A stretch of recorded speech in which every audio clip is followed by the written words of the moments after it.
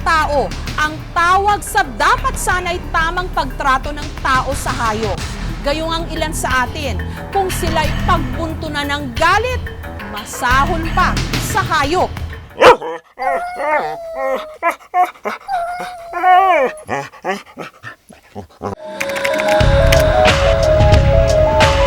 Kamakailan lang, inulan ng batikos ang vlog ng isang 18 anyos na estudyante mula sa UP Diliman. Ikwinento niya kasi ang di umano aksidenteng pagkakapatay niya sa isang pusa. I pulled it on its tail and threw it. I jumped on it. Slam! Felt good. Nasaksihan din daw ito ng ilan pang mga estudyante. Hours later, a guy came in.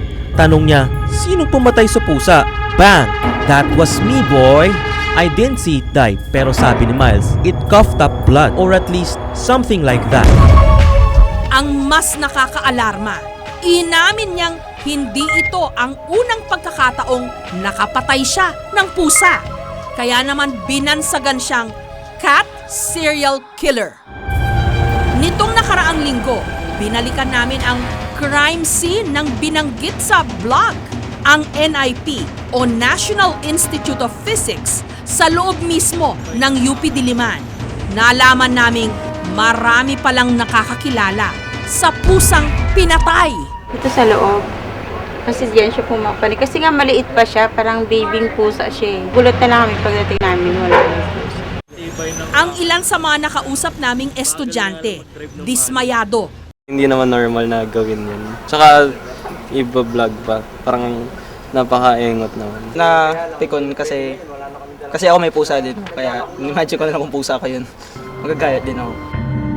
Ipinagtanong-tanong namin kung nasaan na ang estudyanteng nagsulat ng blog. Ang narinig ko rin, hindi na yata siya pumapasok ng class. Pero hindi namin siya nakita. Ang nakilala namin, si Junie. Saksi raw siya sa nangyaring pagpatay. From this step kasi, tumalon si JC.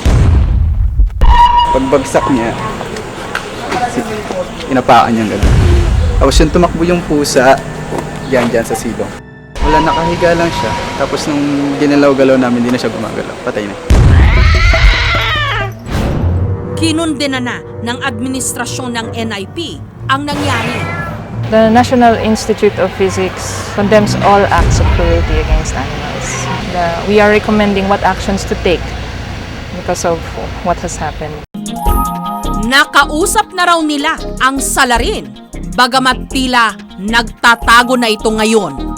When we spoke to him, he said na he was thinking of quitting UP altogether because of all of this, going home. But we said, wait, hold on. Baka sayang naman kasi future mo. You're leaving a UP education behind. Ayon sa PAWS o ang Philippine Animal Welfare Society, ang ganitong uri ng karahasan sa hayop lumalabag sa Republic Act 8485 o ang Animal Welfare Act. Yun ang medyo disturbing na cruelty kasi unprovoked eh. Parang it wasn't even an act of self-defense.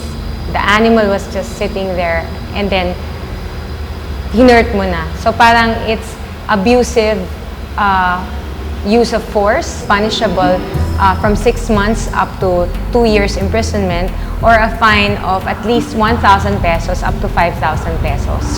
Yun nga lang, tila walang sumasanto sa batas na ito. Masdan na lang ang mga idinudulog na hayop sa animal shelter ng PAWS. Ang pusang ito, bumuka na ang lieg nung napagtripang sakalin. Ang mga asong ito naman, puro sugat dahil napagkatuwaan daw gawing panabong sa dog fight. Hindi naman lahat ng animal masasave mo sa isang animal shelter. Ang importante, edukasyon. Kasi yun yung nag-change ng attitude ng mga tao, yung pananaw nila. Pero hindi lang dito nagtatapos. May mga pag-aaral kasing nagsasabi na ang mga notorious serial killer sa lipunan nagsimula munang mamamatay ng mga hayop. It has been shown sa studies that it starts with animals eh. sila ang pinaka-least na lalaban sa'yo, 'di ba? Before it escalate, pag tumanda na ng tumanda, ayan na, nananakit na ng mga tao. Sa Tondo, nakilala namin ang 21 anyos na si Jeffrey. Hindi niya tunay na pangalan. Lumaki raw siya sa isang bayolenteng tahanan. Sinasaktan po ako ng mga magulang ko. Ayun po, bale yung galit ko po, doon ko po binabahin sa hayop. 7 taong gulang lang daw siya nung una niyang binugbog ang kanilang alagang aso. Hindi ko sinunod yung nanay ko na hindi ko pinakain yung aso na galit sa akin. Yun po, hindi rin ako nagsaing. Doon sa kasana po ginulpe. Kung hindi dahil sa aso na yun, hindi ako masasaktan sana. Yun po yung umpisa na naging ano po ako sa hayop. Mula raw noon, nakaugalian na niyang manakit ng mga hayop. Sisiyan po ako pag nakikita ko yung hayop na sinasaktan ko. Ang paborito raw niyang pagdiskitahan, mga pusa.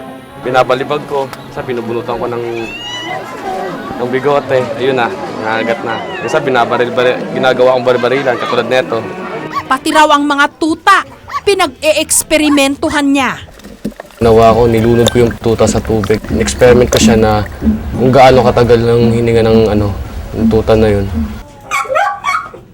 Kung minsan naman, pinagsasabong niya ang aso at pusa. Meron akong nakitang aso, tapos kinuha ko yung pusa, hinagis ko sa aso. Pinatay ng aso yung pusa.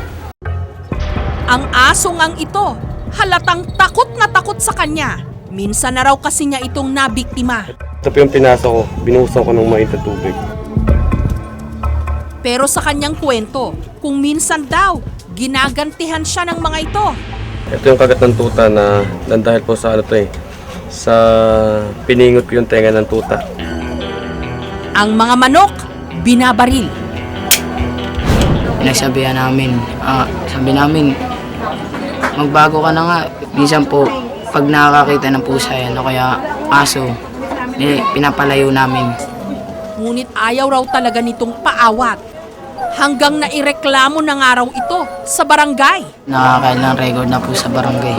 Kinakausap namin yung barangay, minsan yun, pinapalabas na. Ikinonsulta namin sa isang psychologist, si Jeffrey. Minsan, nangyayari talaga na hindi ko maiwasan.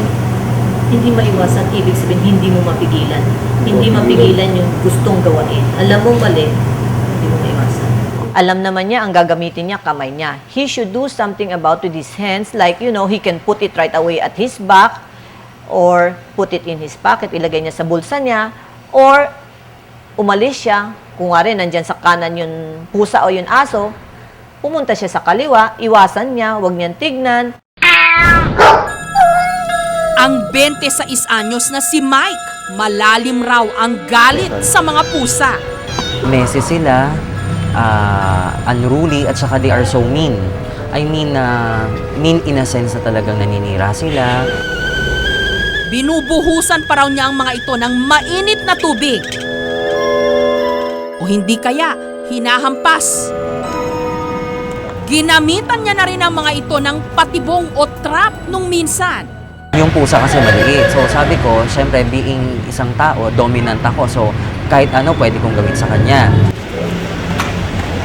Pero sa huli, isang pusa rin ang nakapagpalambot sa kanyang batong puso. Nung pauwi ako, nakita ko yung isang pusa, binabantayan ng nanay ko. So I was so amazed kasi sabi ko, of all the cats na supposedly dapat kakainin yung niya, yung tinda niya, ito binabantayan lang siya. Si Ding Dong, ang pusang nakapagpalambot sa puso ni Mike.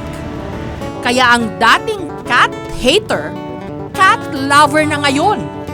It would be better siguro na we won't treat them as animals, we treat them humanely.